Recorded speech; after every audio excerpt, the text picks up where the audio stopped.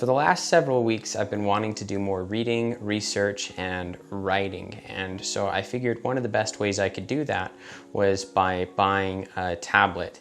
And I've never been a huge tablet guy, so I wasn't sure what kind of tablet to buy.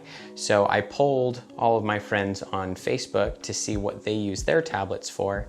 And it came back pretty much the same with a couple of outsiders, but generally speaking, people use it for things like note-taking and reviewing things, and then they use it to let their kids play games and things like that on it. And so I figured my use case was going to be something pretty similar. I might have a few more apps, something like, I'm going to have Kindle. I'm obviously going to be scrolling through some blog posts, so I might have something like Feedly or Evernote on there as well to then take notes on the things that I read.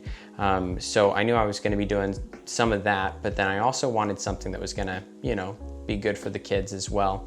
But I also knew I wasn't going to be doing anything super arduous, something like, editing footage. And so I didn't figure I needed to go with something like a spec'd out iPad Pro, for $2,000 with a built-in keyboard and basically a laptop and things like that.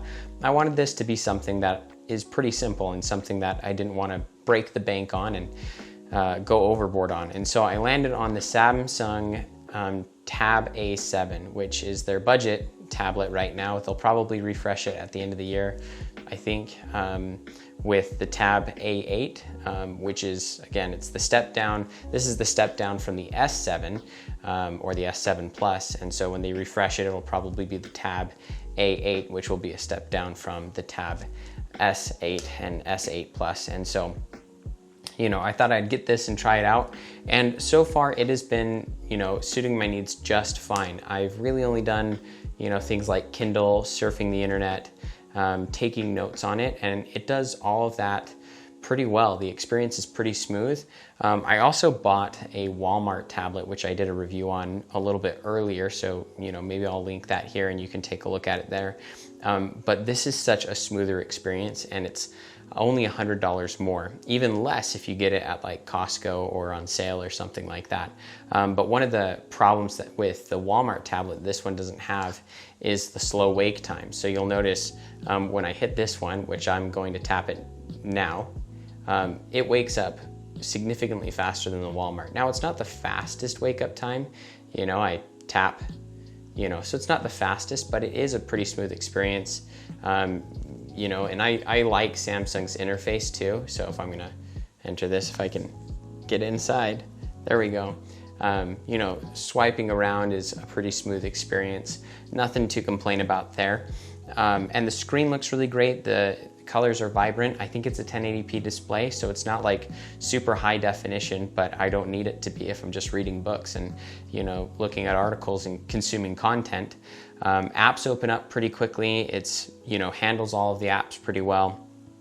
And then it handles games just fine. So, I was watching my daughter today as my son was at tumbling with my wife, and she wanted to play with the tablet as I was reading something. So I closed down Kindle and then I opened up a game for her and she played on the tablet, and it was all a pretty smooth, seamless experience.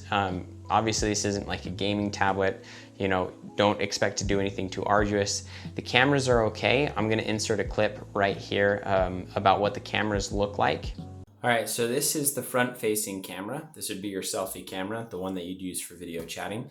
And this is a normally lit room, nothing super special about it. I just have my normal lights on here in this room. This is a bedroom, and then this is what the camera would look like in a pretty well-lit room. I have professional lighting, and this is how it changes the picture. And then I'm gonna flip this camera around.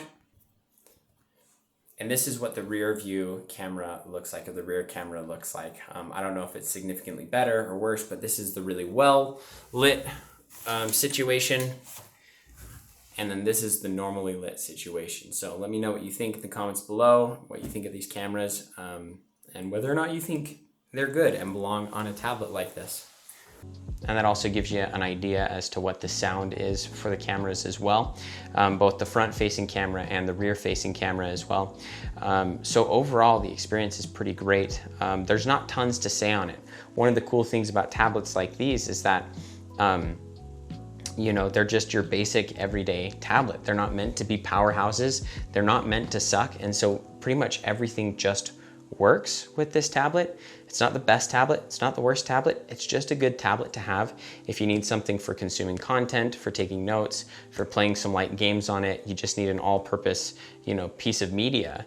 You know, this is a pretty good tablet to get, and it would probably be my big, you know, my go-to. Now, there are a couple of things that I don't like about it. Number one is this camera bump. So not all tablets come with a camera bump. I don't know if you can see that on the camera, but let me see if I can zoom in here. You'll notice there's a camera bump there. It's not something that I'm a huge fan of, but it's also not a big deal. It lays pretty flat, and it's smaller than the camera bump on my Samsung phone. So, you know, not a huge complaint there. The speakers are really great. The only downside that I have with the speakers, or the thing that I have a problem with the speakers, is they're on the bottom and they're on the top. Now, when you're holding the tablet in landscape mode, your hands are going to be on the speakers. And so you kind of have to hold the tablet just right to make sure that you're not covering up the speakers if you're watching something or listening to something on the tablet. That being said, the speakers are really good. They're some of the best speakers. So it's got a good screen, it's got great speakers, great overall functionality, and overall I'd say it's a tablet worth buying, you know, if you're looking for something that's just gonna be a good tablet to have around.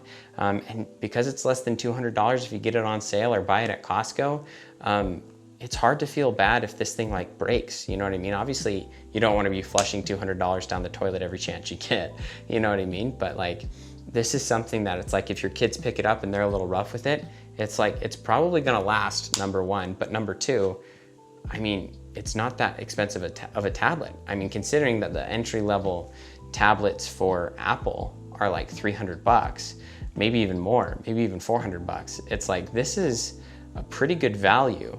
It's thin, it's low profile, it feels nice to hold, it's light, so you know you can read on it and your arms don't get tired from lifting it up. It's overall just a really great experience. So that is my review of the Samsung Tab A7.